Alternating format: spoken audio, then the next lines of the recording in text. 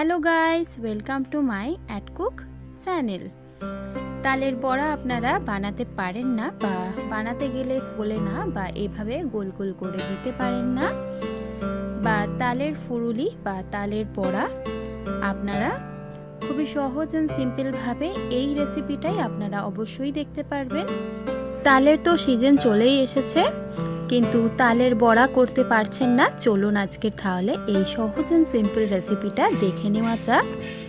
দেখুন, এরকম কিন্তু পুরোপুরি ফুলকো ফুলকো আর পুরো নরম তালের বড়া আমি বানিয়েছি। চলুন দেখে নিই। সব থেকে প্রথমে আমি এখানে নিয়ে নিয়েছি তালের যে পিউরিটা হয় সেটা, তালের শাঁস। তালের শাঁসটা তো আর কুড়ে দেখালাম না, কারণ সকলেই কিন্তু তালের শাঁসটা কুড়তে জানেন, বা যারা জানেন না তারা কিন্তু একটা ঝুড়ির মধ্যে তালটাকে ভালোভাবে ঘষাঘষি করলেই কিন্তু তালের যে পাল্পটা থাকে সেটা বেরিয়ে আসে। আর এটা কোনো রকম জল মিক্স করা তালের পিউরি নয়, এটা শুধুমাত্র তালের খাঁটি পিউরি। এবার এই তালের পিউরিটা আমি এখানে হাফ ব্যবহার করব, আর হাফটা কিন্তু পরের জন্য রেখে দেব। এই তালের পিউরিটা এবার আমি হাফটা চলুন একটা পাত্রের মধ্যে নিয়ে নিই। এখানে আমি এই চামচের দ্বারাই মাপ করে নিচ্ছি। এই চামচের আমি 3 চামচ এখানে তাল ব্যবহার করব। 3 চামচ তালটা দেওয়া হয়ে গেলে তারপরের মধ্যে দিয়ে দেব এবার কয়েকটি উপকরণ, যেগুলো পুরোপুরি আপনাদের তালের বড়ার মধ্যে লাগবেই। তার জন্য এখানে আমি এই বাটিটাকে মাপ হিসাবে আপনাদের সুবিধার্থের জন্য রাখছি। এই বাটির আমি 1 বাটি দিয়ে দিলাম সুজি। এখানে কিন্তু আমি কোনো রকম সুজিটাকে ভিজিয়ে রাখিনি, যারা ভিজিয়ে রাখবেন তারা ভিজিয়ে রাখলেও চলবে। আর এখানে আমি দিয়ে দিচ্ছি এবার এই 2 বাটির এখানে আমি চিনি ব্যবহার করছি। চিনির স্বাদটা কিন্তু পুরোপুরি আপনাদের উপরে, আপনারা যদি চান কম বেশি করে চিনিটা আপনারা দিতে পারেন। তারপর এখানে চালের গুঁড়ো আমি নিয়ে নিচ্ছি, আর চালের গুঁড়োটা অবশ্যই এভাবে করে ডেলে নেবেন। আমি এখানে এই ছাঁকনিটা ব্যবহার করছি, আপনারা চাইলে ছেঁকে নিয়ে তারপর এর মধ্যে দিতে পারেন। দেখুন, ছেঁকে নেওয়ার কারণে এর যে ঢেলা ঢেলা আঠাগুলো রয়েছে সেগুলো কিন্তু চলে যাবে। আর 1 বাটি চালের গুঁড়ো দেওয়ার পর এখানে আমি আর 1 বাটি চালের গুঁড়ো দিয়ে দিচ্ছি। এই বাটি করেই কিন্তু আমি মাপ হিসাবে আপনাদের সমস্ত ভিডিওটা কিন্তু পুরোপুরি মাপ হিসাবে আপনাদের দেখাবো, যাতে আপনাদের সহজ মনে হয়। তারপর এখানে দিয়ে দেওয়া হয়ে গেলে এখানে দিয়ে দিচ্ছি এবার কয়েকটি উপকরণ, যেমন কি এখানে আমি দিয়ে দিচ্ছি কালো জিরে। কালো জিরেটা এখানে প্রায় আমি 1 চামচ পরিমাণে দিয়েছি, আর ফ্লেভারটা আমার বেশি দরকার তাই একটু বেশি দিয়েছি, আপনারা আপনাদের মনের মতো দিতে পারেন। তারপর এখানে দিয়ে দিচ্ছি এখানে মৌরিটা তালের বড়ার মধ্যে কিন্তু খেতে ভালোই লাগে। তারপর তালের মৌরি দেওয়া হয়ে গেলে এখানে আমি দিয়ে দিচ্ছি সোডা খাওয়ার, আর এই সোডাটা কিন্তু আমি 1 চা চামচই ব্যবহার করলাম কম করে, আর আপনারা চাইলে সোডাটা স্কিপও করতে পারেন। তারপর এখানে দিয়ে দিচ্ছি আমি ময়দাটা এখানে আমি চালের গুঁড়ো ডবল দেব, এটা কিন্তু মাথায় রাখতে হবে। চালের গুঁড়োটা যেহেতু আমি 2 বাটি দিয়েছি, তাই এখানে 3 থেকে 4 বাটি আমি এখানে ময়দার ব্যবহার করব। প্রথমে আমি এখানে 3 বাটি ময়দা ব্যবহার করব, তারপর ব্যাটারটা করে নেওয়ার পর আর 1 বাটি ময়দা ব্যবহার করব, সেটা কিন্তু অ্যাডজাস্ট করে, কারণ যদি ব্যাটারটা পাতলা বা মোটা হয়ে যায় ময়দাটা তারপর দেবেন।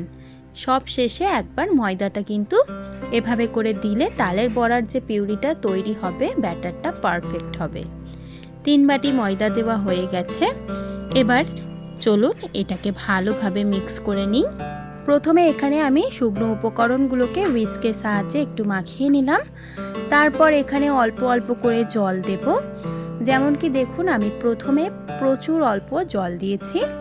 জলটা কিন্তু অল্প অল্প করে দেবেন, না হলে কিন্তু জলটা বেশি হয়ে গেলে তাহলে তালের বড়াটা করতে অসুবিধা হবে। যখন আপনারা কড়াইয়ে বড়ার শেপ দেবেন তখন কিন্তু অসুবিধা হয়ে যাবে। তাই এখানে অল্প অল্প করে প্রায় আমি 3 বাটির মতো জল দিয়েছি। যেই বাটির মাপে করে আমি সব উপকরণ দিয়েছি সেই বাটিরই 3 বাটি এখানে আমি জল দিয়েছি।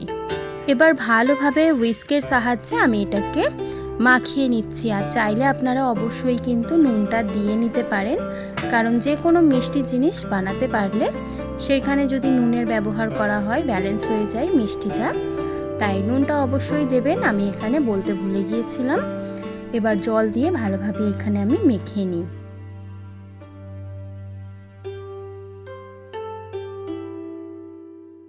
নুনটা কিন্তু আমি মাখিয়ে নেওয়ার সময় এই পর্যায়ে দিয়ে দিয়েছি। আর সুন্দরভাবে হুইস্কের সাহায্যে কিন্তু সমস্তটা এভাবে করে আমি ভালোভাবে মিক্স করে নিচ্ছি। দেখুন ঘনত্বটা আমি আপনাদের দেখাচ্ছি। দেখুন এভাবে করেই কিন্তু আমাদের ব্যাটারটা পুরোপুরি আঠালো টাইপের মেখে নিতে হবে। ব্যাটারটা যেন আঠালো থাকে, কোনো রকম কিন্তু বেশি লিকুইড করা যাবে না।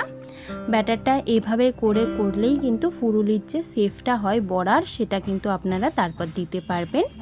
এবার এটাকে আমি রেস্টে রাখবো প্রায় 30 মিনিটের মতো, কারণ সুজি দিয়েছি, সুজিটা যাতে অ্যাক্টিভেট হয়ে যায় তার কারণে। 30 মিনিট পর দেখুন ঢাকা খুললাম। ব্যাটারটা পুরোপুরি চিনি যে দিয়েছিলাম চিনিগুলো গলে গিয়েছে, আর সুজিটাও কিন্তু এখানে পুরোপুরি নরম হয়ে গেছে, শক্ত নেই। এই পর্যায়ে ব্যাটারটা রেস্টে রাখার পর এবার হাত দিয়ে কিন্তু এভাবে করে ফাটিয়ে নিতে হবে।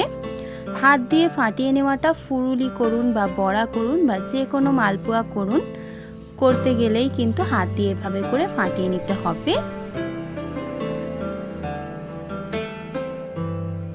এখানে আমি 2 থেকে 3-4 মিনিটের জন্য হাত দিয়ে এভাবে করে কিন্তু ভালোভাবে ফাটিয়ে নিয়েছি।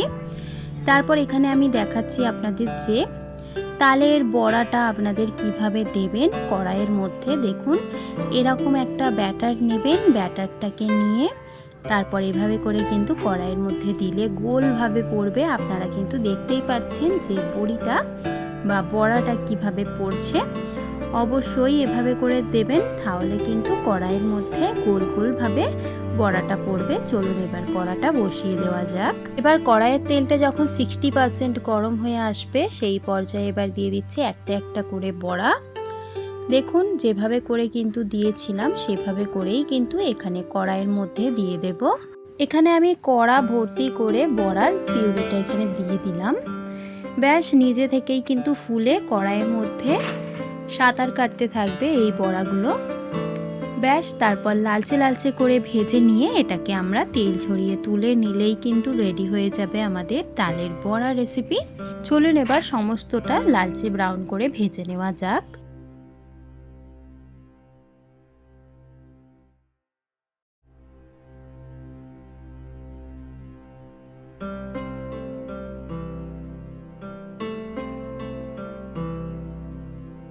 দেখুন এখানে কিন্তু বড়াগুলো পুরোপুরি লালচে হয়ে এসেছে। এই পর্যায়ে আমি তেল ছেঁকে তারপর তুলে নিচ্ছি যে কোনো একটা পাত্রের মধ্যে। বুঝতেই পারছেন আপনারা যে কতটা সুন্দর ফুলেছে বা বড়াগুলো গোল গোল হয়েছে, যেমন কি দাদি বা দিদারা বড়া বানান সেরকমই কিন্তু এখানে হয়েছে। আশা করি আপনাদের এই ভিডিওটার মধ্যে বড়া বানানোর রেসিপিটাই কোনো রকম বুঝতে অসুবিধা হয়নি। আর ভিডিওটা কেমন লাগলো অবশ্যই কমেন্ট সেকশনে জানাবেন যে ভিডিওটা আপনাদের কেমন লেগেছে। ভিডিওটা ভালো লেগে থাকলে অবশ্যই বন্ধুবান্ধবদের সাথে শেয়ার করবেন, যাতে তারাও কিছু শিখতে পারে। আর ভিডিওটার মধ্যে আপনাদের কোনো ডাউট থাকলে অবশ্যই কমেন্ট সেকশনে জানাবেন। তারপর আমি সেকেন্ড ব্যাচটাও কিন্তু এখানে ভেজে নিচ্ছি একটা একটা করে দিয়ে। সমস্ত বড়াগুলো এভাবে করেই ভেজে নেব। আর যদি ভিডিওটা ভালো লেগে থাকে অবশ্যই লাইক শেয়ার এন্ড সাবস্ক্রাইব করে দেবেন আমার এই নতুন চ্যানেলে। আজকের এই ভিডিওটা ভালো লেগে থাকলে অবশ্যই একটা লাইক নিশ্চয়ই করবেন। আপনাদের একটা লাইক আমার কিন্তু অনেক মোটিভেশন করে। আজকের এই ভিডিওটা সমস্তটা দেখার জন্য আপনাদের সকলকে জানাই অনেক অনেক ধন্যবাদ।